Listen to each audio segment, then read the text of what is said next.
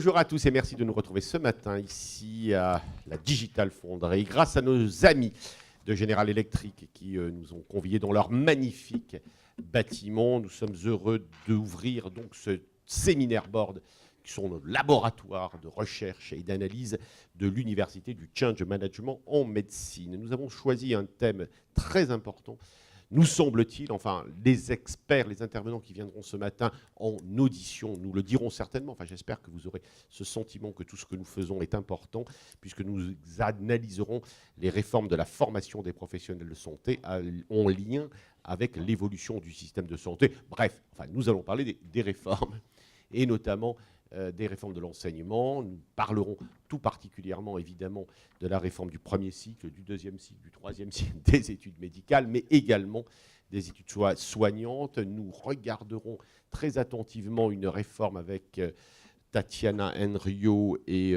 Dominique Jon-Covinco et Virginie Brière. Nous regarderons très attentivement la réforme des infirmières de pratique avancée et puis évidemment la formation continue. Et nous recevrons surtout également, j'allais dire surtout et également, tous les responsables, il y en a déjà plusieurs ici, des organisations de jeunes professionnels de santé, et nous leur demanderons quelles sont à la fois leurs attentes, leurs besoins, leurs pratiques, leurs perspectives, ce en quoi ils croient et ce qu'ils veulent. Voilà, c'est ouvert. Je remercie très sincèrement nos amis partenaires. Donc j'ai déjà cité General Electric.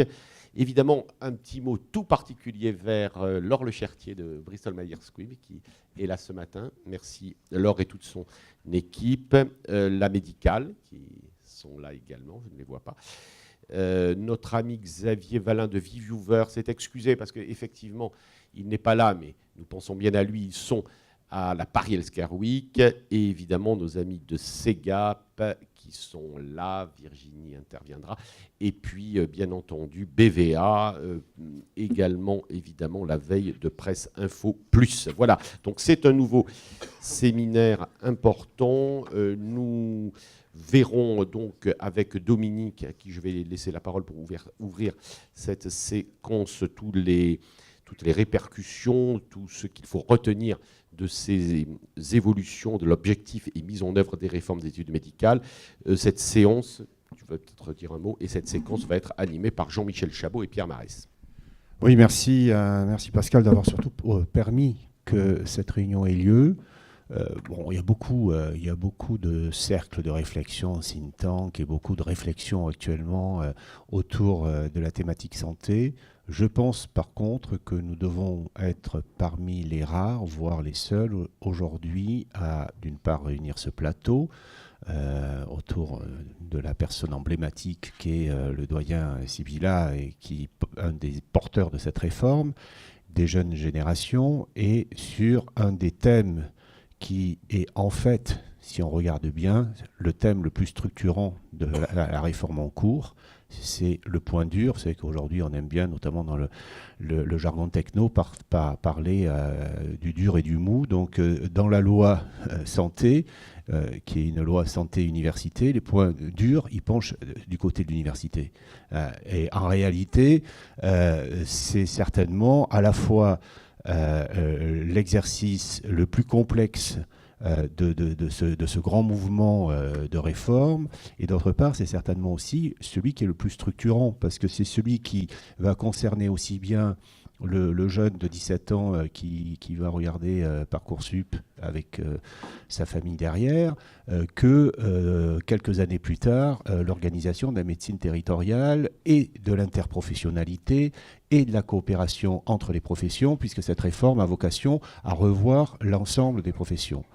Donc on en a eu tous, et même ceux qui parmi nous essayons d'être au courant, on en a eu tous disons une perception à la fois assez forte mais vague. Et on sent bien que derrière, il y a une ingénierie complexe, il y a des enjeux qui sont d'autant plus honorables pour ceux qui s'y sont engagés, qui les conduisent à avancer en marchant. Donc, qui nous disent aujourd'hui comment et dans quel sens ils marchent, dans un horizon qui n'est pas complètement bouclé, c'est important, et qu'on le relie aux thématiques qui sont les nôtres plus habituelles, qui sont les impacts de cette vaste réforme systémique, c'est le mot à la mode, que la ministre emprunte souvent et elle a raison, cette réforme, celle de l'enseignement supérieur comme celle de l'organisation des soins, est systémique.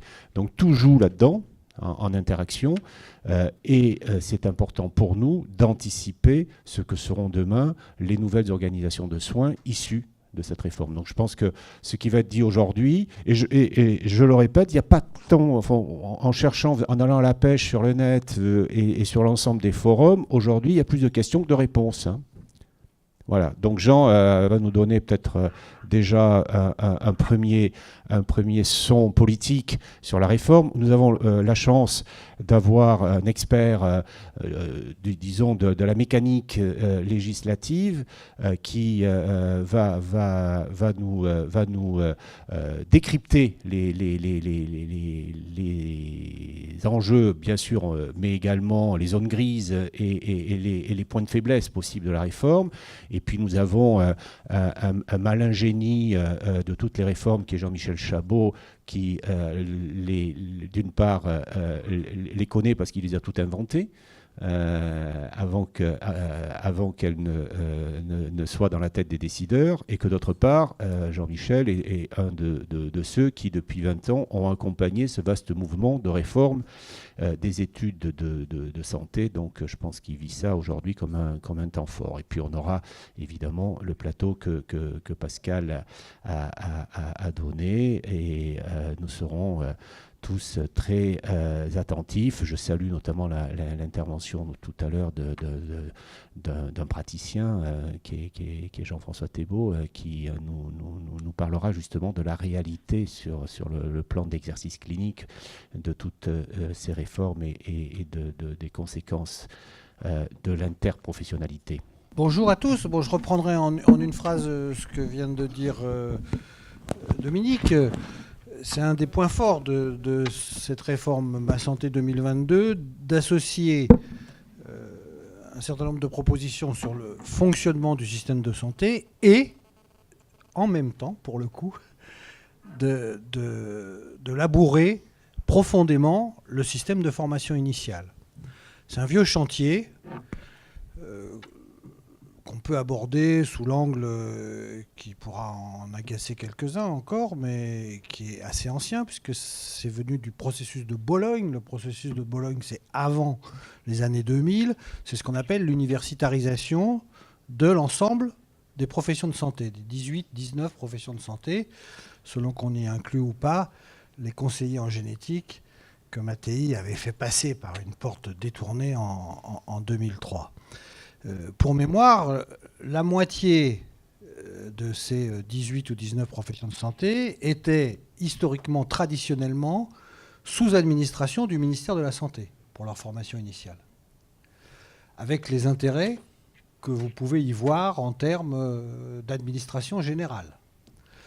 Et l'autre moitié était sous administration, sous tutelle de l'Éducation nationale, enseignement supérieur.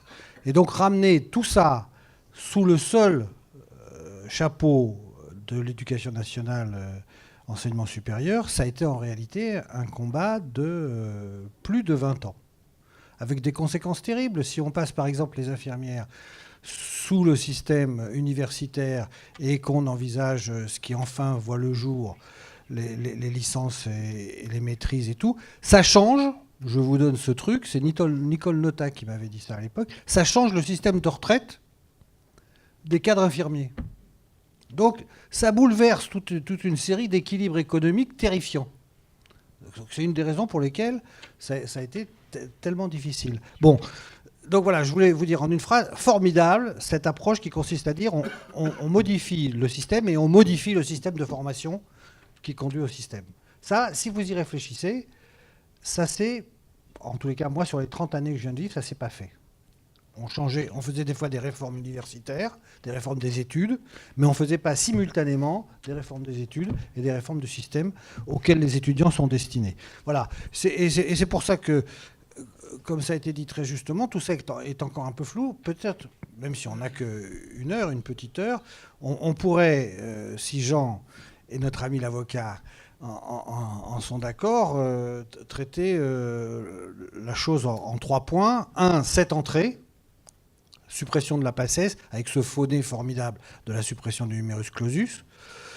Mais donc, c'est quoi le mécanisme qui fait qu'on va vers la faculté de santé pour l'ensemble des professions, avec des choix positifs pour l'une ou l'autre des professions de santé? Donc c'est quoi le mécanisme qui est envisagé, avec des équivalences hors faculté de santé, hein, et in faculté de santé, des entrées tardives, tout ça. Bon, donner quelques idées là-dessus. Deuxièmement, le contenu des formations. C'est très difficile de modifier les programmes de formation, parce qu'il y a une pression formidable des disciplines qui veulent évidemment toucher à rien. Et puis troisièmement, la sortie quand même. La sortie, parce qu'à partir du moment où on supprime ce qu'on a appelé l'internat, puis le CN, et qu'on envisage donc une procédure où il y a un face-face entre les examinateurs et les étudiants, reviennent immédiatement tout ce qu'on entend depuis des lustres et qui sont le risque de népotisme ou ainsi de suite. Ah, mais on préfère les épreuves anonymes et écrites, c'est beaucoup plus républicain, et ainsi de suite. Et on risque tout ce qu'on peut risquer à partir du moment où il y a un contact physique entre des gens qui élaborent des classements et des gens. Et là, j'ai prévenu l'avocat tout de suite en disant est-ce que vous avez une expérience des contentieux possibles, donc est-ce que vous pouvez nous éclairer là-dessus? Voilà, donc un peu les 3 points. Et puis alors, pour l'avocat, une autre question. Il ne vous a pas échappé que l'un des points forts en réalité de toutes ces réformes, c'est de dire qu'on passe de l'exercice individuel, isolé, monoprofessionnel, à un exercice coordonné. Est-ce que c'est en équipe vraiment formalisé ou pas? Bon, on peut discuter, mais enfin un exercice en équipe. Bon, la responsabilité de cet exercice en équipe, comment ça se passe? Et là, il y a tout l'appareil juridique qui doit évoluer, parce que ce n'est pas simple de passer d'une responsabilité individuelle à une responsabilité partagée d'équipe. Voilà. Donc Jean, si tu veux bien nous dire en quelques mots l'entrée, le contenu et la sortie. Fastoche. Oui, très facile. Oui. C'est extrêmement simple d'expliquer les réformes actuelles. Enfin, c'est un jeu auquel on se prête facilement et qui est un exercice de style un peu particulier. Mais on va essayer de le faire, hein, c'est l'objectif. Juste en préambule, Jean-Michel, je voulais insister sur ce que tu dis en expliquant bien le contexte, parce que finalement, ça fait 30 ans qu'on en parle, et puis d'un moment à l'autre, finalement, on sent que ça bascule, et qu'en fait, il faut que ça se transforme, alors qu'on a fait des choses en 30 ans, il faut qu'on transforme ça avec une baguette magique en quelques semaines ou quelques mois, parce que c'est quasiment, la commande, c'était de l'ordre de quelques mois. Alors, quand on sait qu'on n'a pas pu le faire en 30 ans, il faut se poser la question de pourquoi.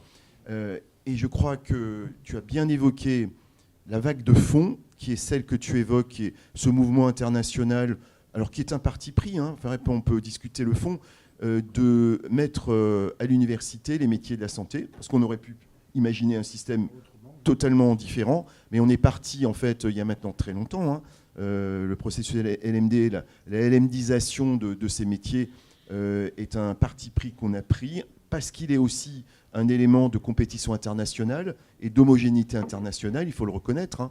C'est que la France est souvent un peu l'exception avec ses systèmes à lui que beaucoup apprécient. Hein. Enfin, on a un système de la norme totalement excessif, on est bien d'accord, mais qui a aussi quelques qualités. Mais là, on a essayé de s'aligner. Ça, c'est un peu la vague de fond. Mais de cette vague de fond émergent des petits tsunamis, enfin des tsunamis qu'on avait peut-être pas vu venir, et il y en a un en fait qui est fondamental, hein, c'est la vague qui renverse le truc, c'est l'incapacité qu'on a eue de prévoir l'effondrement de la démographie médicale par rapport aux besoins des patients, des citoyens, de la société,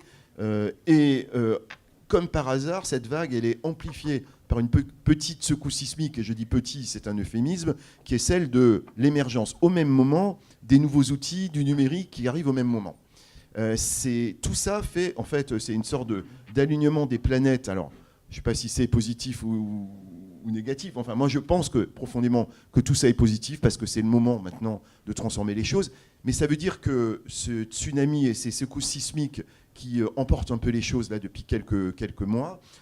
C'est assez simple de les tracer, mais c'est important de les partager. Avant de parler des éléments techniques, je pense que le premier élément, c'est l'évolution, on l'a déjà dit, mais il faut le répéter, et on partage ça, on l'a partagé déjà, Jean-Michel, c'est la modification profonde de la vision du patient de demain, pour des tas de raisons qu'on ne va pas évoquer, mais le malade aujourd'hui, il est plus vieux, plus malade, plus chronique et plus isolé aussi. Il faut le rappeler, les gens vivaient en famille, dans des maisons, ça existe à la campagne, mais c'est de plus en plus rare. Aujourd'hui, les gens vivent isolément, a fortiori quand ils ont un certain âge. Ça modifie radicalement les besoins de santé, et pourtant on le savait. Moi, ça fait 20 ans que je l'entends, mais finalement, on n'a pas fait grand-chose, il faut le reconnaître. La deuxième chose qui est modifiée radicalement, c'est l'attente de la société elle-même. Aujourd'hui, et je crois qu'on n'a pas perçu totalement encore la transformation qui est en cours déjà. Et je vais le simplifier parce qu'on n'a pas le temps et c'est un sujet en soi qu'on pourra traiter à une autre occasion. Mais beaucoup d'entre nous appellent ça l'ubérisation de la société dans tous les domaines et même dans le domaine de la santé. Je pense qu'effectivement, le système de soins et les soignants, les professionnels de santé, vont devoir s'adapter à des providers différents, privés, autres, et qui vont aller directement aux patients. C'est déjà le cas. Tous les jours, je ne sais pas si vous pouvez donner vos selles pour qu'on vous analyse votre microbiote. Vous pourrez, alors c'est encore réglementé, on ne peut pas donner son ADN, et encore, c'est tout à fait possible, mais on ne vous demandera pas votre ADN, mais on vous dira, je ne vous fais pas votre génome, mais je vous fais votre épigénome. C'est une façon de contourner le problème. Enfin, il y a des tas de choses, des providers bien intentionnés, qui vous rendront un résultat, évidemment, et qui vont leurrer les patients dans cette ubérisation en disant « Ok, vous me donnez vos selles, vous me donnez votre sang, et je vous dis qui vous êtes et ce que vous allez devenir et comment vous devez vous traiter. » Le malade, c'est comme une grenouille qui saute sur un chiffon rouge. Il a compris que s'il peut obtenir les choses et les renseignements en direct, il va vouloir avoir ces éléments-là. On le sait, et c'est très en ligne avec l'évolution sociétale. Et qu'on voit très bien dans l'affaire Lambert, qui n'a rien à voir. Je ne juge pas du fond et de l'histoire, mais regardez la réaction vis-à-vis du monde médical, du CHU de Reims, des médecins, etc.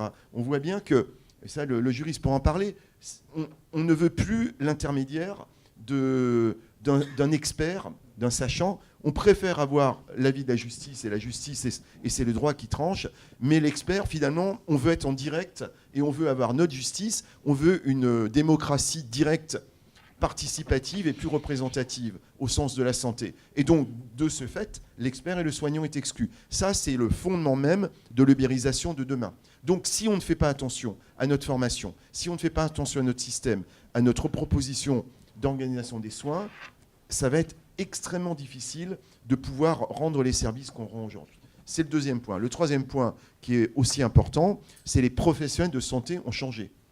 Complètement. Alors vous avez vu le nombre d'articles, les jeunes ne veulent plus le sacerdoce des anciens. Il y a un bel article récent dans Le Monde ou Le Figaro sur le sujet, et on peut parfaitement les comprendre. Ça n'a rien à voir avec la féminisation, il faut le répéter, savoir simplement avec l'évolution de la société. Aujourd'hui, on ne travaille plus de la même façon, on veut travailler en groupe, ça change, c'était tout à fait l'inverse il y a encore 20 ans.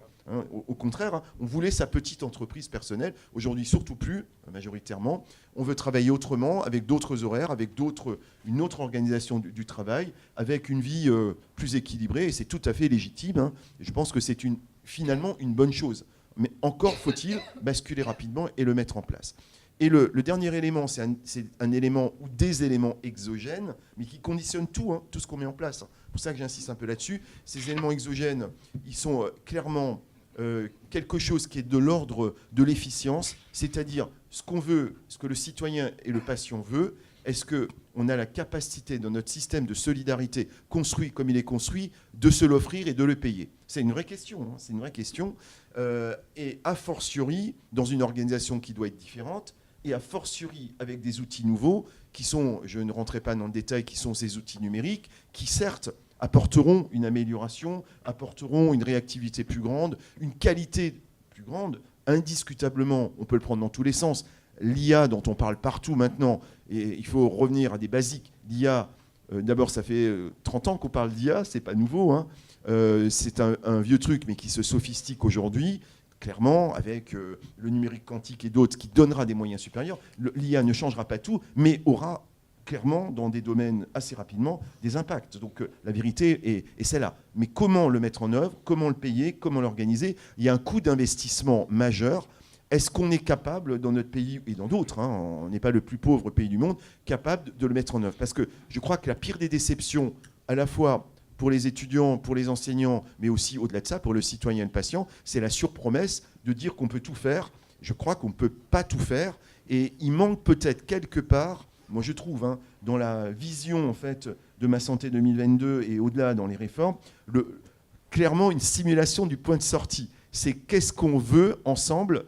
Et je trouve qu'il manque le débat, je le regrette profondément, le débat politique. Je trouve qu'il n'y a pas, il faut être plus, moi je peux me permettre, je ne suis pas politique, donc je suis technicien, je suis un techno du système, en essayant d'être pédagogue pour essayer de l'expliquer. Mais moi je trouve qu'il a manqué une sorte de débat citoyen, de dire c'est qu'est-ce qu'on veut dans la société de demain comme santé, comme point de sortie partagé et comme élément de solidarité.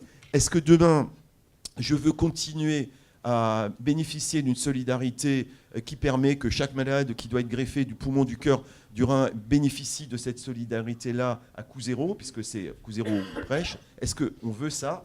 Je crois qu'on aurait dit oui. Mais est-ce qu'il faut rembourser tous les médicaments? Est-ce qu'il faut rembourser toutes les consultations, même les consultations de bobologie et de confort? En fait, on ne peut pas se priver de ce débat-là, qui est un débat citoyen et qui doit être un vrai débat amené par les politiques. Donc, tant qu'on n'a pas finalement répondu à ça, on peut regretter que l'absence de ce débat ne permet pas de simuler le système qu'on veut. Alors, on a beau après faire de la formation tout transformer, si on ne sait pas transformer pourquoi, je trouve qu'il manque certainement un peu ce débat. Voilà. Petite introduction, donc voilà pour moi les 4 points majeurs. Je le répète, les patients ne seront plus les mêmes, ils seront d'ailleurs citoyens puisqu'on sera dans des stratégies de prévention. 2, la société, les attentes ont changé, les professionnels ont changé et l'écosystème économique et numérique et des outils a profondément changé. Tout ça est le fondement même de la réflexion qu'on a essayé de mener en prenant en compte tout ça pour se dire comment est-ce qu'on va faire l'entrée, les 3 choses que tu as évoquées, l'entrée, comment on forme, comment on sort, comment on sort et comment on sort en restant, ça c'est mon point de vue, et on partage ça avec Jean-Michel, on sort mais en restant dans le système, parce qu'un des problèmes n'est pas le point de sortie, mais c'est le point de sortie avec une formation au cours de la vie à maintenir, ce qui n'est pas complètement le cas, loin de là aujourd'hui. Alors pédagogiquement, je vais essayer de faire simple, comment est-ce qu'on rentre dans le système? Comment on rentrait? On rentrait par une loi qui déterminait un mode d'entrée unique qui s'appelait la PACES. Alors, voilà, c'était une façon de faire. On rassemblait dans une première année commune des étudiants, des lycéens souvent très bons, et en leur proposant par un concours qui était codé par un numerus clausus, c'est-à-dire un chiffre de taux de réussite à l'issue de cette première année, on les faisait rentrer dans un système très simple, un mode d'entrée unique, un concours unique national avec quelques variations et un point de sortie unique qui était codé par un chiffre descendant dont on ne connaissait pas toujours très bien les mécanismes de définition.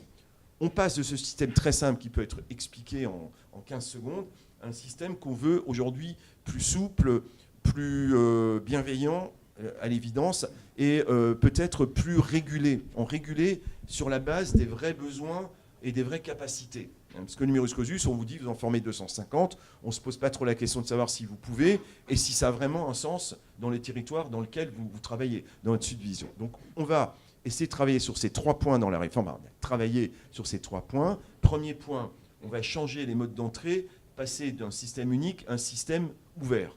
Qu'est-ce que c'est un système ouvert? C'est permettre à des étudiants d'entrer en 2e année de médecine, de maïeutique, d'odonto, de pharma. La commande a été sur les métiers, ces 4 métiers qu'on appelle les métiers médicaux. La commande était d'ouvrir les possibilités d'entrée avec une voie qui peut être une voie plus ou moins directe, qui peut être une voie en une année, qui peut, par certains aspects, ressembler effectivement à la PACES, mais c'est finalement une année de formation qu'on aimerait être une année de formation d'ouverture, qui, pour les meilleurs, leur permet d'accéder d'emblée en 2e année, et pour les autres, d'être réorientés.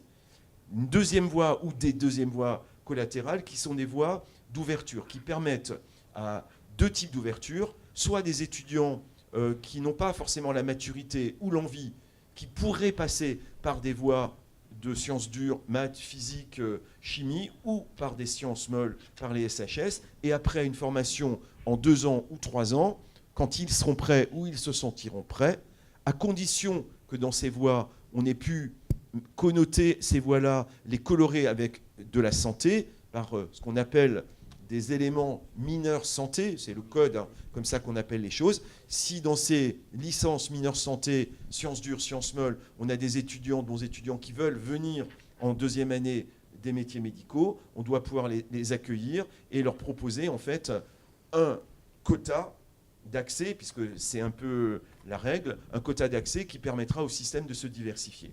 Le fond de ces entrées multiples est justement de décongestionner l'entrée unique et de finalement donner la possibilité à des profils différents d'accéder au système. Profils différents, c'est des étudiants avec un background un petit peu différent, les uns plutôt scientifiques, les autres peut-être un peu plus littéraires, d'accéder finalement avec une pédagogie, avec des éléments pédagogiques un peu différents. On l'espère aussi que cette diversification, mais ça c'est la réforme du bac probablement qui la préparera beaucoup plus, c'est au sein des lycées que cette réforme puisse continuer à l'université d'être un ascenseur social et permettre à des catégories sociales diverses d'accéder en 2e année des métiers médicaux. Voilà le cœur en fait de la modification de la voie d'entrée. Le 2e élément du dispositif, c'est la disparition du numerus clausus. Là, c'est peut-être encore plus simple à expliquer. Jusqu'à présent, c'était un chiffre déterminé nationalement de façon jacobine, descendant, on vous dit c'est tant à tel endroit. Aujourd'hui, on aura un mécanisme de réflexion et de calcul double, c'est-à-dire on devra définir ce chiffre localement dans la subdivision universitaire en fonction des capacités, nos capacités de formation, parce qu'elles ne sont pas infinies, surtout à moyen constant, et 2, c'est un peu plus subtil, en fonction des besoins de soins, de démographie médicale de la région. Alors, je suis un peu plus... Autant les capacités de formation, c'est relativement simple, parce que voilà, on a tant de profs, on a tant de possibilités, c'est assez simple à faire. La capacité, les besoins dans les territoires, mesurés, je le rappelle, pour l'entrée en formation initiale, c'est-à-dire projeté à 10-15 ans, je ne suis pas sûr qu'on sache parfaitement bien faire aujourd'hui. Peut-être qu'on s'améliorera. Donc c'est un peu utopique, un tout petit peu utopique, mais enfin ça permettra aux gens un peu de s'adapter et de réfléchir sur le sujet. Alors d'abord merci et bravo pour cette synthèse parce que c'est des années de travail.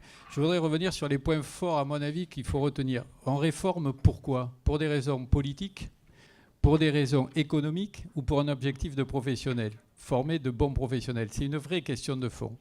La deuxième remarque qui est importante, c'est notre niveau de formation. Comment on forme ? Comment on apprend à apprendre ? Parce que c'est ça la vraie question. Parce que si on sait apprendre, ça va durer toute la vie. Or, on s'est rendu compte que la formation initiale, la meilleure du monde, ne permettra pas de maintenir un haut niveau de techniciens professionnels, en particulier des chirurgiens, entre autres. La troisième notion, et puisqu'on a le doyen qui est là, vous aurez l'occasion d'en discuter, de lui poser les questions. On pourra discuter longuement parce que c'était écrit, le manque de médecins, il était programmé. Parce que je vous rappellerai que la réforme du non-numerus clausus a été faite par des hommes ou des femmes qui ont choisi de dire on réduit le nombre des médecins parce qu'en réduisant le nombre de médecins, on réduira les dépenses de santé. Il faut dire les choses telles qu'elles sont. C'était ça la réalité. Et on se foutait de savoir si on allait avoir des gens pour former et des gens pour soigner. Donc n'essayons pas de transformer. Voilà, ça a été fait comme ça. Troisième point que je retiendrai, tu n'as pas eu le temps de le développer parce qu'on t'a demandé d'être court, c'est comment on fait le recrutement des enseignants. Parce que si on ne désamidonne pas notre système de recrutement universitaire, j'en parle, j'en fais partie. Mais parce que si on fait comme ça, à ne soigner que des gens qui viennent dans une filière identique pour tous, on n'aura pas l'innovation, des gens brillants, de très bons enseignants et de très bons inventeurs, mais qui ne veulent pas suivre les filières habituelles, et nous ne savons pas l'inventer. Donc ça, ce sera des questions à aborder. Et alors, on va passer la parole à notre ami avocat, à la suite de la question de Jean-Michel, j'en rajouterai une autre, c'est est-ce que toutes ces contraintes qu'on met en place ne vont pas conduire à des médecins inhibés ? il y a les universitaires amidonnés, il y a les médecins inhibés. Je pense qu'on va avoir des médecins qui auront l'inquiétude de ne pas respecter l'évidence médecine, alors que tout le monde dit « moi j'aimerais être soigné comme une personne unique ». Donc moi j'aime bien parler de l'ECM, l'évidence clinique médecine, ce qui n'exclut pas l'EBM, mais qui vient se rajouter à l'EBM. Et c'est ça l'intelligence de la formation qu'il faut qu'on acquiert pour les jeunes. Et ma dernière question pour l'inhibition des médecins, c'est la peur du médico-légal. Donc aidez-nous, parce qu'il faut qu'on ait des médecins performants. Alors, merci beaucoup pour ces questions. Moi, j'interviendrai comme avocat sur les consultations, la question du contentieux, la question de l'ingénierie parlementaire, et puis comme universitaire sur la question de la réforme de la licence, puisque dans l'université où j'interviens, on vient de créer une licence droit et santé, qui n'est pas une mineure santé, qui est un parcours spécifique de la faculté de droit. Sur l'ingénierie parlementaire, d'abord, on est sur une procédure qui est assez classique et qui a donné lieu à une adoption en première lecture par l'Assemblée nationale du texte après 1700 amendements qui ont été présentés, qui ont été traités finalement assez vite, puisque le texte a été proposé par le gouvernement en février et il a été adopté en première lecture le 26 mars par l'Assemblée nationale. Actuellement, il est en examen en commission au Sénat. On a un certain nombre d'amendements qui ont été adoptés, et je pense à ce que vous disiez tout à l'heure. On a un amendement sur l'organisation des échanges internationaux qui vient d'être adopté au Sénat. Simplement, la procédure parlementaire, évidemment, ne s'arrête pas là. On va avoir un texte un peu différent entre le Sénat et l'Assemblée, ce qui fait qu'on va entrer dans une procédure de commission mixte parlementaire. Encore des allers-retours. Donc on a encore des imprécisions sur le contenu du véhicule législatif lui-même. Alors pourquoi j'insiste sur ce point-là? Parce qu'en fait, le véhicule législatif, c'est le plus général et le plus global. C'est souvent celui sur lequel on s'entend le mieux. C'est après, quand on entre dans le détail, c'est-à-dire dans les décrets d'application, dans les arrêtés ministériels et après université par université, que le diable se logeant dans le détail, on va avoir d'infinies difficultés que vous connaissez déjà. Au titre des décrets, on va devoir articuler la loi avec le Code de l'éducation et des dispositifs qui existent déjà. Au titre des arrêtés, on va avoir un certain nombre d'arbitrages à prendre, par exemple en matière budgétaire. Après, université par université, je n'ai pas le temps de souligner tous les points, mais j'en prends un parce qu'il a déjà été évoqué. La licence aujourd'hui est organisée par discipline. Et évidemment, chaque discipline tient à sa spécificité. Dans chaque université, les unités de formation et de recherche, les UFR, ont leur diplôme accrédité, et c'est une procédure très longue, là j'en sors un petit peu, donc je peux en témoigner. Ces accréditations qui sont des procédures longues et qui sont extrêmement contraintes.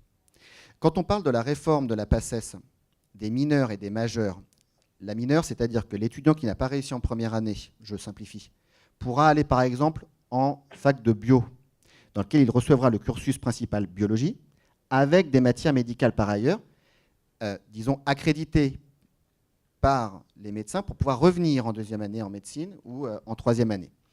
Ça veut dire qu'il faut modifier le cursus des licences autres que médicales. Donc licence bio, licence physique, licence chimie, ou pourquoi pas école d'ingénieur, parce qu'on n'y réfléchit pas, mais on peut avoir des ponts. On a des ponts entre un ingénieur qui va rentrer en troisième année de médecine, les facultés d'économie ou de droit.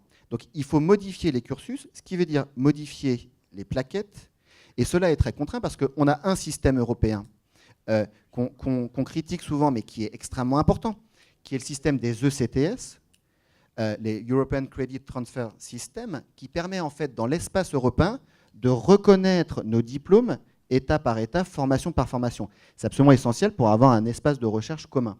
C'est absolument essentiel aussi parce qu'on a des budgets en recherche qui sont communs aussi au sein de l'Union européenne, les programmes Horizon 2020 et désormais Horizon Europe en matière de recherche. Donc ce qu'il faut modifier, in fine, ce n'est pas simplement un texte législatif et le code de l'éducation, c'est cette ingénierie dans les universités qui sépare les UFR, et c'est la raison pour laquelle on peut plaider énormément pour des passerelles, mais il faut savoir comment le faire. Et là, ça va donner lieu à des débats université par université, UFR par UFR, extrêmement compliqués. Pourtant, c'est bien l'ambition de la réforme sur les articles 1 et 2 de la loi. Donc, suppression de la PACES, du numerus clausus, réforme de la PACES, suppression du numerus clausus.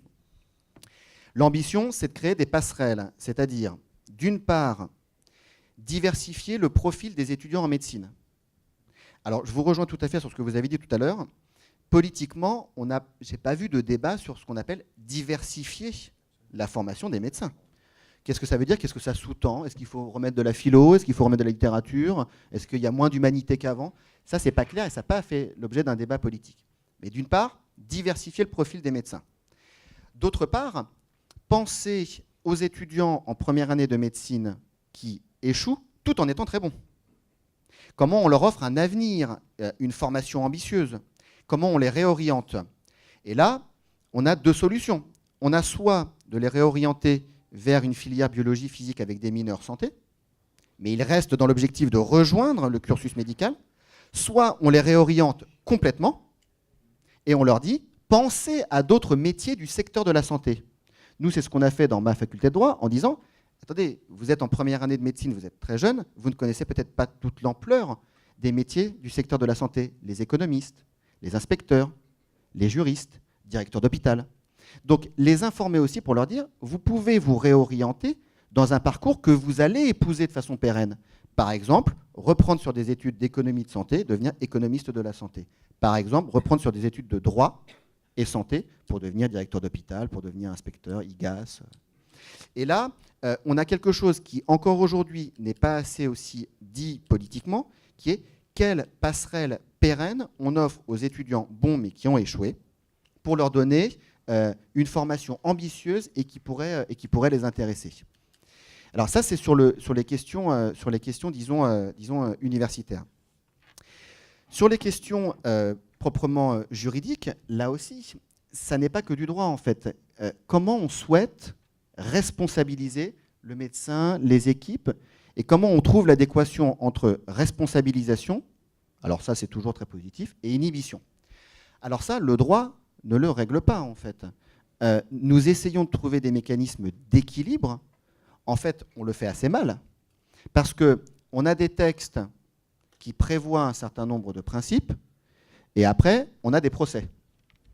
Et le procès, c'est toujours un moment qui est un moment mal vécu. Et l'enjeu, ce n'est pas simplement la responsabilisation, l'enjeu, c'est aussi de savoir si on soumet le médecin au procès. Alors là, on a quelque chose qu'il faudrait absolument corriger, qui est que le médecin qui exerce dans l'établissement public de santé, il a un régime juridique qui est un petit peu plus favorable, qui est ce qu'on appelle la faute de service, qui est la possibilité pour le médecin de ne pas être directement, personnellement, voir sa responsabilité civile, voire pénale, engagée. C'est l'établissement à qui on impute la faute et qui va répondre du procès. C'est un élément qui est intéressant, mais qui existe en particulier dans les établissements publics de santé, qui n'existe pas quand le médecin exerce en libéral ou dans d'autres structures. Donc ça, c'est quelque chose qu'il faudrait, à mon avis, approfondir et généraliser, parce que le médecin, il intervient en réalité comme médecin, mais aussi, je mets vraiment entre guillemets, comme agent du service public. Donc la responsabilité, elle doit être d'abord celle de l'établissement, et ensuite, si véritablement on a ce qu'on appelle une faute détachable des fonctions, une faute intentionnelle ou une faute grave, considérer que le médecin peut voir sa responsabilité personnelle engagée. Mais ça doit être très marginal, ça doit être pour une faute détachable des fonctions et des missions de service public elles-mêmes. Donc là, on a quelque chose aujourd'hui qui est encore relativement impensé. Et encore une fois, ce n'est pas que la responsabilité, c'est aussi le procès en lui-même.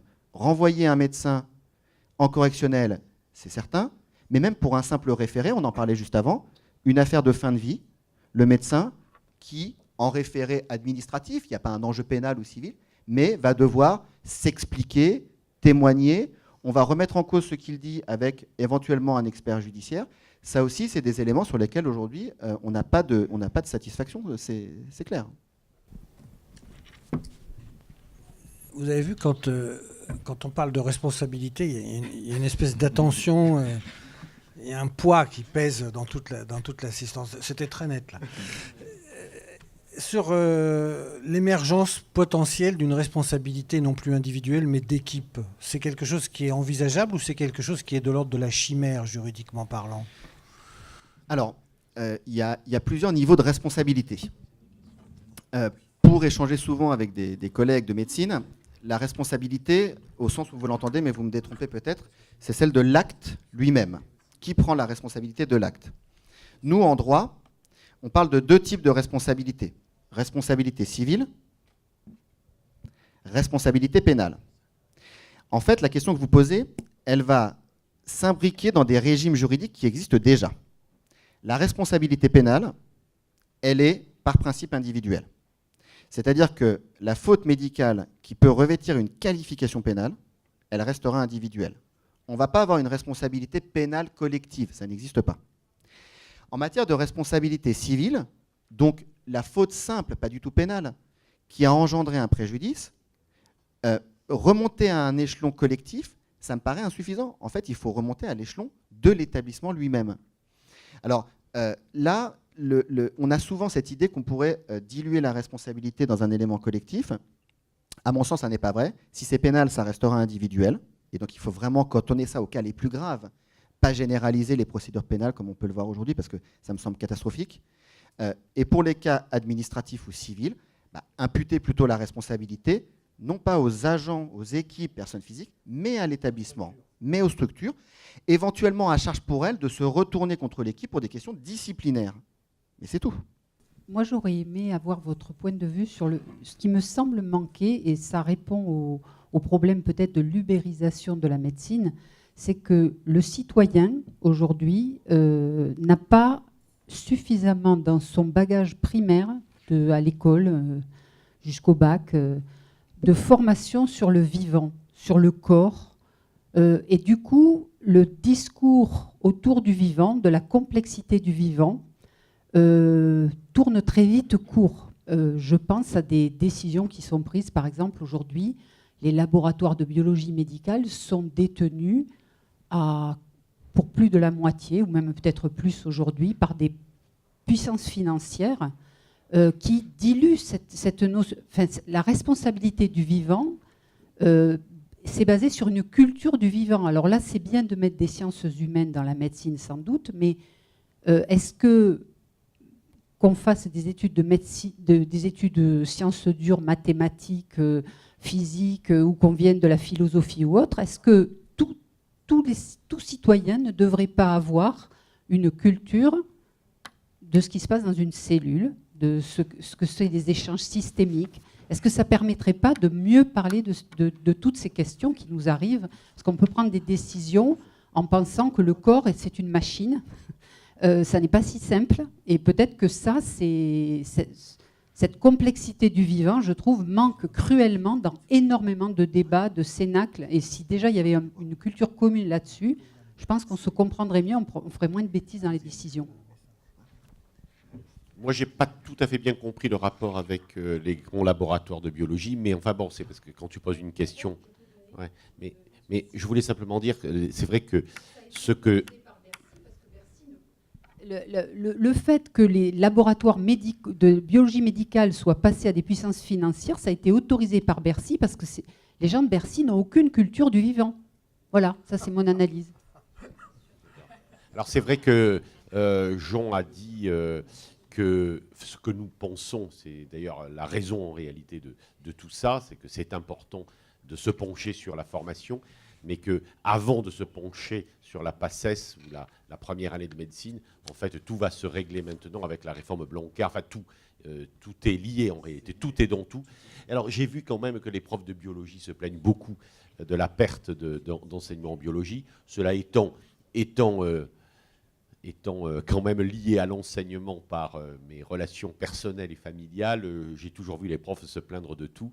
Et Sophie se plaignait beaucoup de la crainte de perdre le grec, le latin, etc. Les profs de maths se plaignent, enfin ils sont toujours inquiets de tout. Enfin voilà, première question, vas-y. Pour répondre succinctement, je partage l'idée, principe que vous défendez, on la partage totalement. Enfin, après c'est une conception presque personnelle, mais je crois que ce qu'il faut enseigner, c'est la capacité de s'émerveiller du vivant au sens le plus holistique, le plus intégratif du terme. Parce que finalement, science dure, science molle, tout se touche en fond. Hein.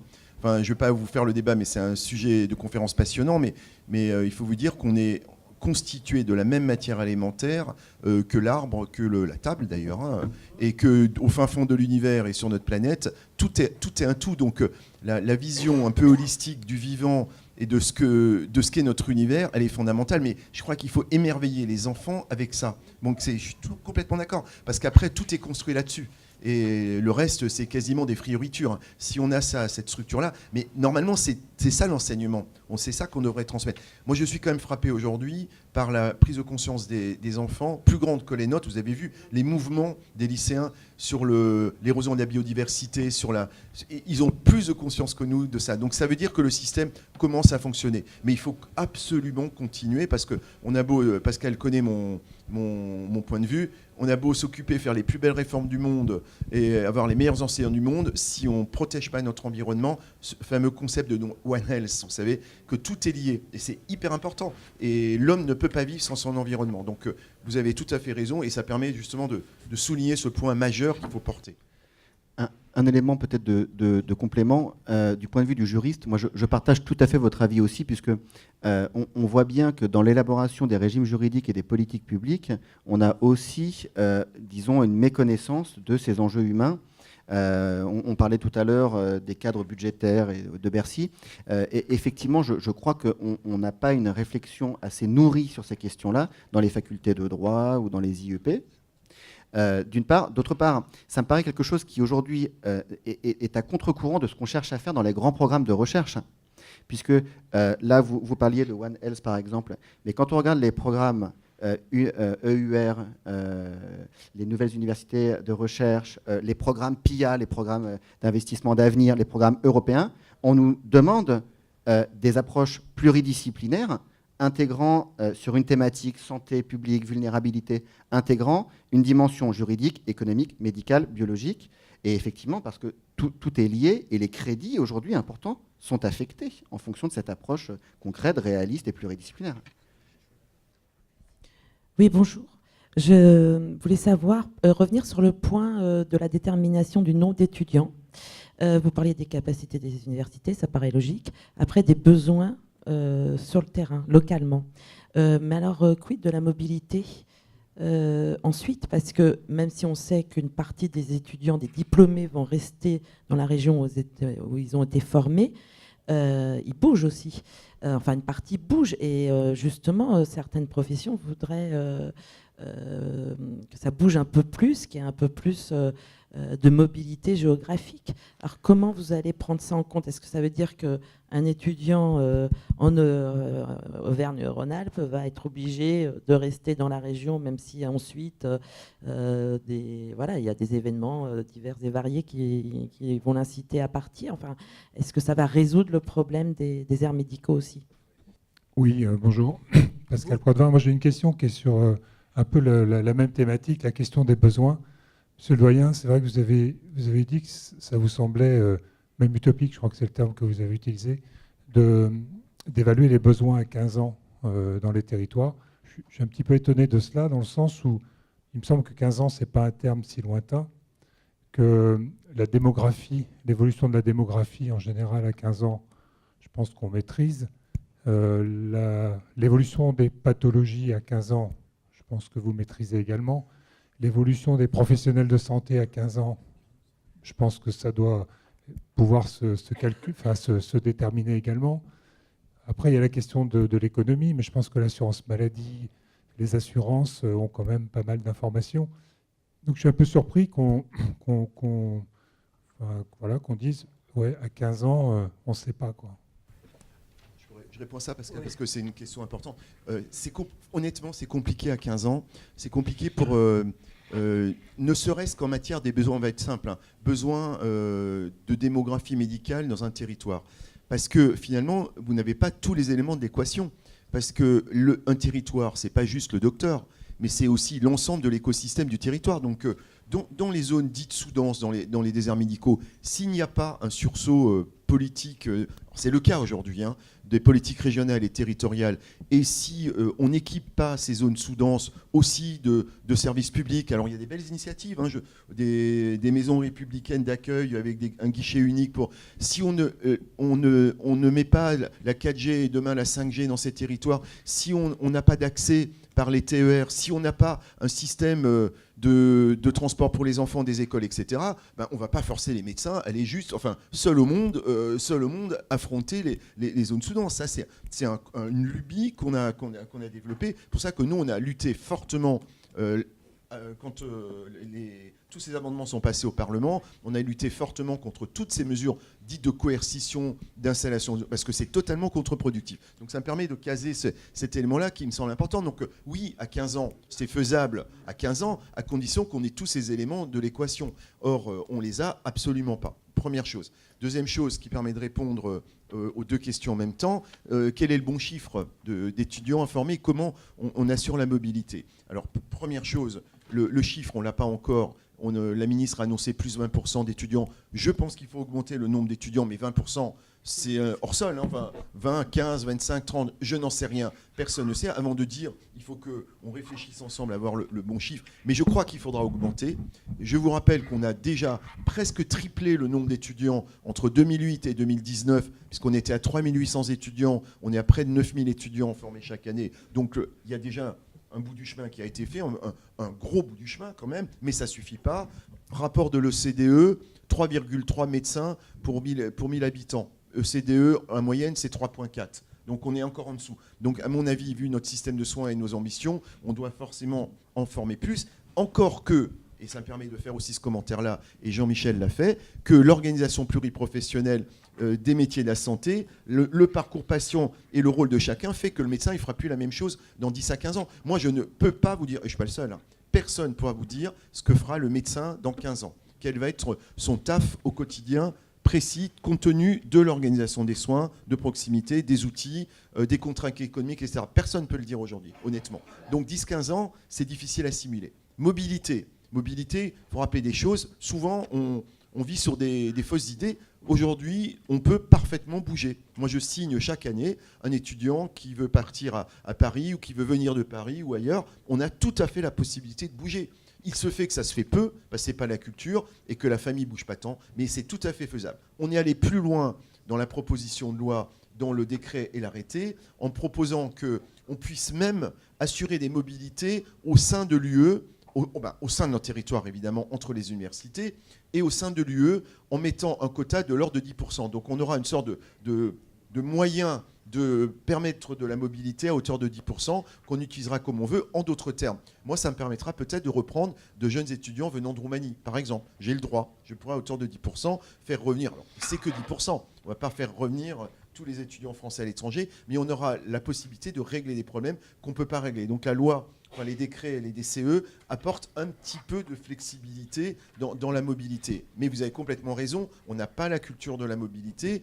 Et puis tant que, ça Jean-Michel connaît bien ça aussi, tant que le point de sortie, c'est-à-dire la régulation à la sortie de l'installation des spécialistes n'est pas organisée d'une autre façon, forcément, les gens qui sont formés à Lille, la plupart vont partir dans le sud, à Montpellier, Nice, Marseille ou Bordeaux, et inversement, vous avez des migrations dans les ans. Donc ce que vous formez sur le terrain et le nombre que vous calculez ne correspond plus à rien, puisque derrière, on peut faire ce qu'on veut et s'installer où on veut. Je ne dis pas qu'il faut forcer l'installation, ce n'est pas du tout ce que je dis, mais je dis que le système est un contrôle extrêmement partiel à la sortie et qu'on n'a pas finalement les moyens d'organiser avec une vision à 10 ou 15 ans, parce que de toute façon la mobilité à la sortie elle est extrêmement grande et non contrôlable et individuelle. C'est la liberté de chacun, moi je ne la remets pas en cause, hein, mais c'est une réflexion qu'il faudrait peut-être avoir. Peut-être dans le prolongement de ce qu'on a tous un peu dit ce matin. Bon, Jean-Michel nous donne quand même le point de départ, c'est le processus de Bologne. Derrière le processus de Bologne, il y a une philosophie qui est une philosophie de gradient de la spécialisation, c'est-à-dire qu'on reste sur des formations assez généralistes en licence, on commence à verrouiller en master et on va vers des doctorats de professionnalisation de tête des professions. Bon.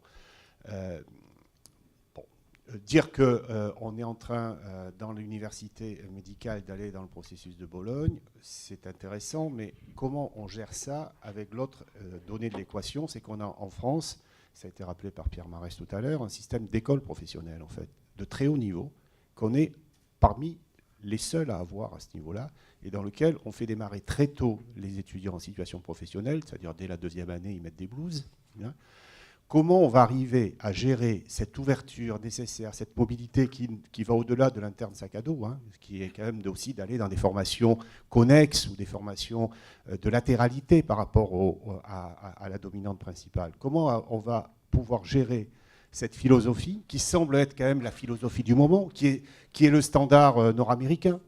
Comment on va gérer ça avec cette culture de la professionnalisation? Non, bonjour. Une petite question, toujours sur les besoins ou sur ce que tu viens d'évoquer, qui me semble effectivement très important, puisque vous évoquiez la limitation de la capacité à former. Et donc, dans la profession médicale, je trouve qu'il y a une vision un peu étroite du champ des possibilités à la sortie. On a souvent une vision qui est soit l'exercice de la médecine générale, soit la spécialité, en exercice en ville ou à l'hôpital. En fait, le champ est beaucoup plus vaste. L'industrie est un élément de recrutement, la médecine du travail, la santé publique, le droit et la santé. Et la palette présentée aux étudiants en médecine ne couvre pas tous ces champs. Et donc demain, est-ce que vous allez élargir le champ de vision pour dire, en fait, on ne forme pas seulement pour les hôpitaux ou pour la médecine de ville, mais on forme pour un champ beaucoup plus large. Et dans l'analyse du besoin, il va falloir élargir le prisme. Et du coup, la question sur formation en alternance, je le dis d'une autre manière qu'a dit Dominique Meigne tout à l'heure, se pose aussi en disant qui va former demain, si vous gardez les terrains de stage dans votre vision de la réforme, qui va participer à la formation en alternance? C'est une très bonne question intéressante qu'on a abordée. On a essayé d'apporter des solutions. Néanmoins, il y a un prérequis. C'est quand même le principe d'Aristote, un œuf ou poule. Où est l'œuf ou la poule? Je m'explique.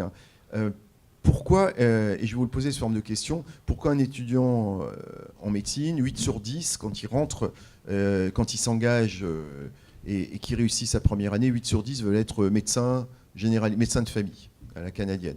Et vous voyez qu'à l'issue de la formation initiale, enfin à la fin du deuxième cycle, d'abord ils ont changé 3 fois d'avis, globalement en moyenne, et puis souvent l'idée qu'ils avaient d'être médecin de famille se transforme en je veux être professeur dans ma faculté. Alors, ça c'est très compliqué, et ça je ne sais pas comment éliminer ce parasitage, mais parce que simplement il est lié à la projection qu'on fait de son maître qui vous enseigne.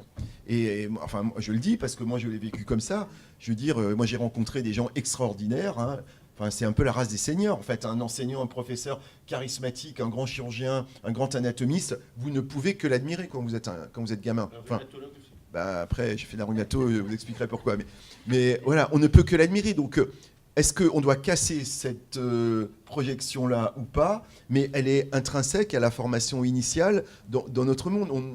Il y a ce côté admiration de son professeur, et son professeur, il est à l'hôpital. Alors, la façon de le casser, casser au sens noble, hein, il n'est pas question de démystifier totalement ce lien-là, qui, à mon avis, est un lien de compagnonnage qui est une belle chose. Hein. Il ne faut pas la casser. Par contre, et on est parti sur une diversification des terrains de stage. Aujourd'hui, mais ça pose problème, hein, je l'expliquais par un seul point, on se dit qu'aujourd'hui, on ne peut pas former nos étudiants qu'à l'hôpital public et surtout qu'au CHU. Même si c'est le cœur du réacteur. Hein. On est bien d'accord qu'à un moment donné, il faut bien un endroit intégratif où vous pouvez avoir l'ensemble des éléments du dispositif, parce qu'il faut l'enseignant, il faut le lit du patient, parce que c'est important de garder ce contact-là, et il faut aujourd'hui des plateformes de simulation c'est la question a été posée, en chirurgie notamment, il faut des éléments numériques d'apprentissage, jamais la première fois sur le patient, vous savez, pour que les étudiants en formation initiale, et ça vous ne pouvez pas le mettre partout dans le territoire, il y aura bien un endroit, un peu un cœur du réacteur, donc je pense que le CHU, à mon sens, restera le cœur du réacteur, mais il faut que le CHU rayonne dans les territoires et qu'il y ait des terrains de stage en dehors de l'hôpital, dans les cabinets libéraux, c'est déjà le cas, avec des enseignants qui sont des enseignants de terrain, ce qu'on appelle les maîtres de stage universitaires. Il y en a aujourd'hui près de 10 000 en médecine générale, plusieurs centaines dans les autres spécialités, et on espère aboutir à une 20 000 à peu près maîtres de stage universitaires, toutes disciplines confondues. Ce n'est pas l'apanage propre de la médecine générale, hein, mais c'est toute discipline est ambulatoire, doit être ambulatoire, et demain, les malades compliqués, on aimerait aussi qu'ils soient vus en ambulatoire. Donc on essaie de décongestionner le système de cette façon-là. Mais, je vous avais dit, ça a un coût. Ça a un coût organisationnel, un coût humain et un coût financier. Et vous imaginez l'organisation actuelle au sein des établissements. Les étudiants arrivent dans un service bien organisé avec une équipe pluriprofessionnelle d'enseignants, le professeur, le chef de clinique, tout ça est bien organisé et c'est finalement assez professionnel. Là, vous allez les projeter loin, dans un territoire à 100 km, 150 km. Ils ne peuvent pas rentrer tous les soirs. Il faut imaginer comment payer les transports, comment payer les repas, comment gérer aussi une relation de compagnonnage à distance 1-1, un étudiant seul dans un stage avec un maître de stage. On a déjà eu des problèmes aujourd'hui relationnels, clairement, qui sont totalement différents de ceux des problèmes relationnels en équipe, parce que là, c'est du 1-1, vous voyez, face-face, avec les problèmes que vous pouvez imaginer, hein, de toxicité potentielle. Hein. Une toxicité d'équipe, elle est diluable. Une toxicité d'un individu, elle est plus difficile à contrôler. Moi, je vous dis, on les voit déjà, ces problèmes-là. Donc, ça crée aussi des difficultés au-delà du financement. Jean-Michel en parlerait mieux que moi. Mais ça coûte à l'échelle de l'université. Nous avons à Strasbourg, je prends l'exemple, 300 MSU, pour l'instant essentiellement maîtres de stage universitaires en médecine générale. Mais c'est 1,2 million d'euros à dépenser, à charge de l'université de les dépenser, rétribués par la santé, soit. Mais le GVT, je ne sais pas si vous savez ce que c'est le GVT, c'est-à-dire voilà, l'augmentation de la masse salariale avec l'âge et la compétence, c'est l'université qui va l'assumer. Donc, à moyen constant, et c'est des masses conséquentes d'enseignants de rang B, il faut que le système absorbe financièrement, économiquement, ces améliorations. Donc, vous voyez que on a des solutions, mais les mettre en œuvre, et au-delà, vous pourriez imaginer des maîtres de stage dans des cabinets d'avocats, on pourrait imaginer une ouverture encore plus grande. Mais c'est compliqué, ça a un coût, et il faut une énergie folle pour le mettre en place, quoi. Juste un élément peut-être pour répondre aussi à votre question, qui est à mon sens un élément un petit peu contradictoire. Les universités reçoivent des injonctions un peu contradictoires, qui est d'une part de se spécialiser dans la recherche pour obtenir des crédits. Donc on va se spécialiser en vaccinaux, on va se spécialiser en santé publique, en vulnérabilité, parce qu'on a eu un crédit pour ça, et parce qu'on est identifié, l'identité de l'université tourne autour de cette spécialité. On va avoir un Lablex, on va avoir tous les labels que l'État régulateur nous donne aujourd'hui pour que l'université soit mise en avant. Donc on va avoir un vrai mouvement de spécialisation de la recherche qui fait qu'on va embaucher, nous, des collègues spécialisés, on va chercher à avoir les meilleurs dans telle matière. Et on a cette injonction donc à la spécialisation, et d'autre part, élargir les cursus, les débouchés. Et là, il y a un élément qui me paraît effectivement un petit peu difficile à manier de front, un peu contradictoire. Et ça se retrouve d'ailleurs de fait sur une opposition entre enseignement très généraliste et spécialisation.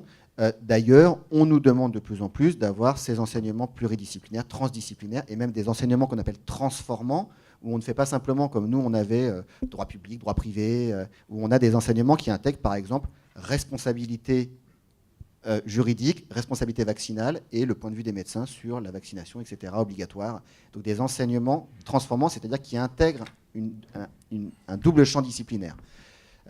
Donc là, il me semble qu'il y a une petite contradiction ou des injonctions contradictoires qui sont faites à l'égard des universitaires. C'est pas pour me mettre bien avec Dominique Meigne, notre président, mais j'ai bien aimé cette histoire de il faut gérer à la fois les deux sujets, c'est-à-dire qu'à la fois on veut des gens cultivés, etc., mais on veut des professionnels. Et puis j'aimerais bien que vous répondiez, si c'est possible, plus précisément, les standards US. Il a dit, est-ce qu'on est dans des standards qui n'étaient pas les nôtres, quoi? La question sur la brique de base.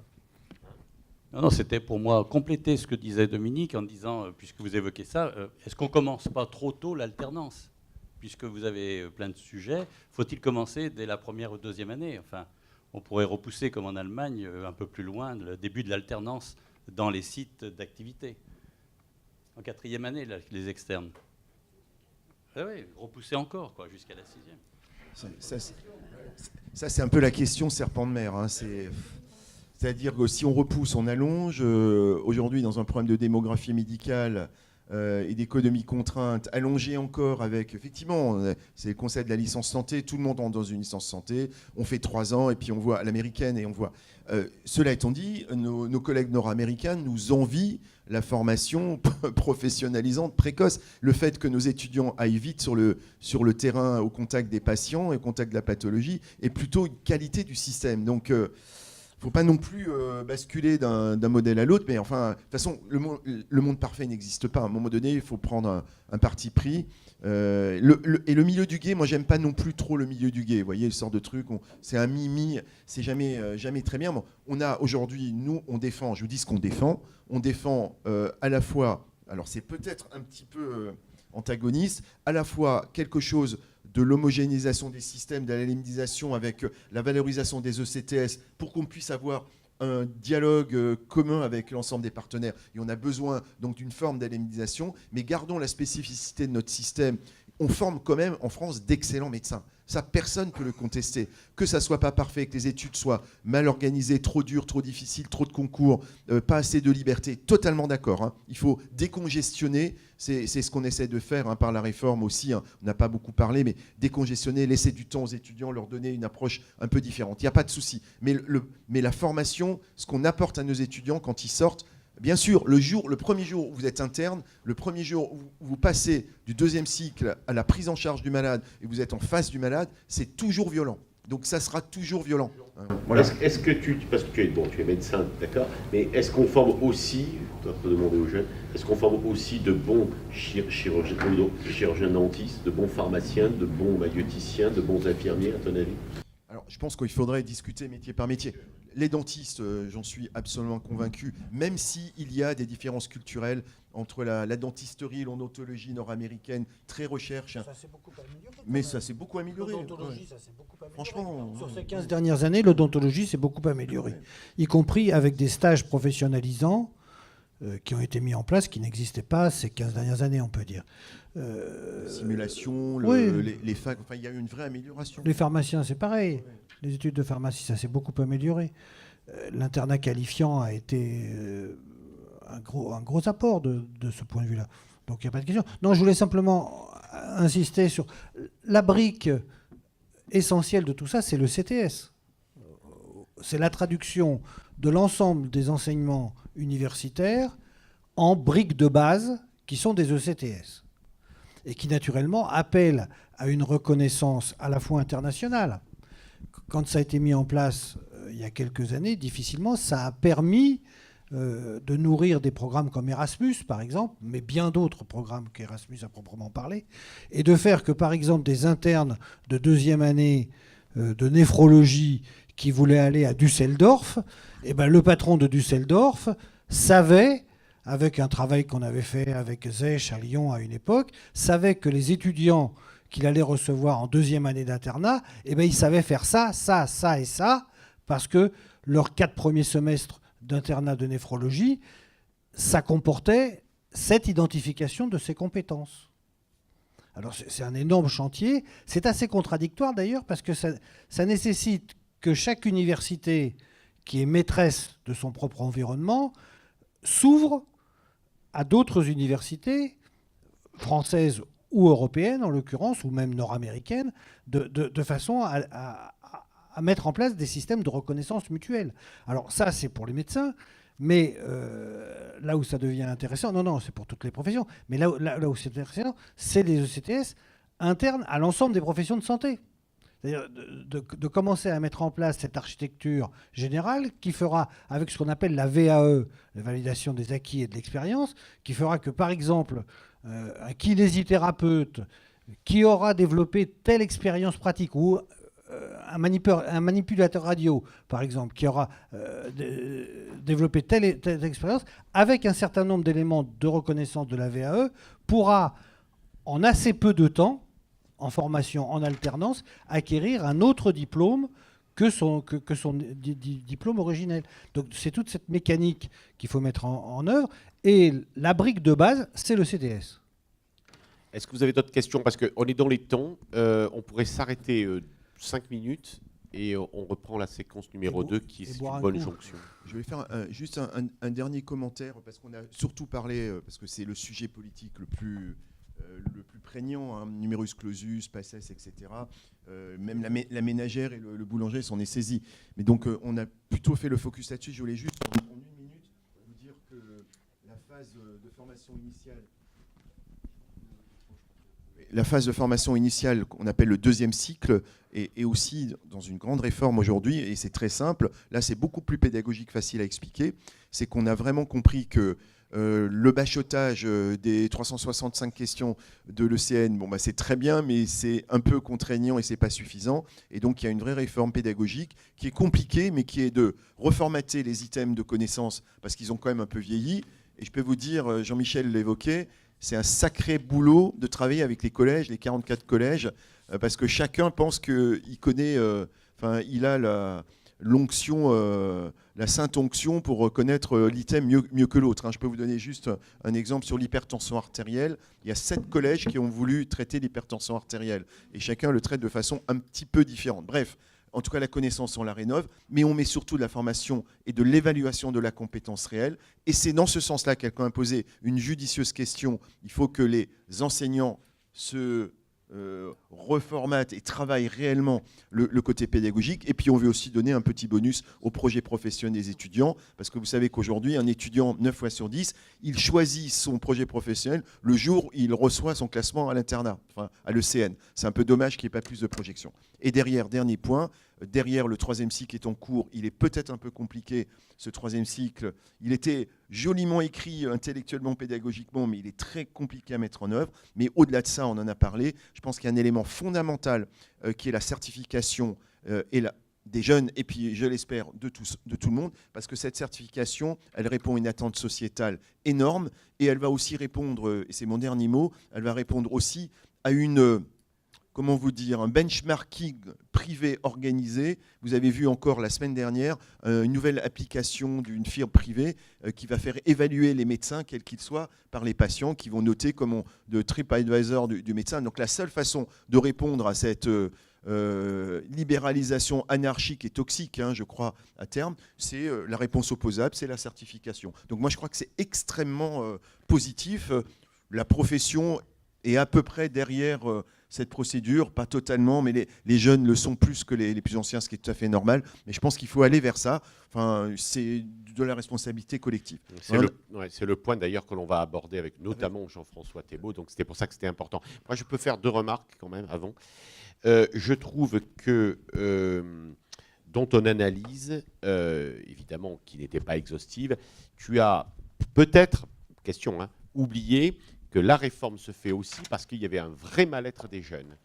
Et je pense que les étudiants, donc ça, tu n'as peut-être pas assez insisté, enfin, je ne sais pas quel est ton avis, mais la seconde chose, c'est qu'il me semble aussi que si on fait des réformes, c'est parce qu'on a un vrai besoin. Et le vrai besoin, c'est quand même les sciences qui évoluent. Alors, tu l'as dit, il n'y a pas que le digital. Je veux dire, en cancérologie, par exemple, il y a de nouvelles. Il y a en réalité une obligation. C'est-à-dire que je pense que le système s'adapte quand même à des obligations, et notamment dans le secteur de la santé que nous suivons. En réalité, ce qui guide tout, ce sont quand même l'innovation, et il y a Jean-Pierre Armand qui, à mon avis, devrait nous donner un avis là-dessus. Et puis là, c'est la petite... c'est à Jean-Michel. Non, c'est à Pierre ou à Jean-Michel, je ne sais plus.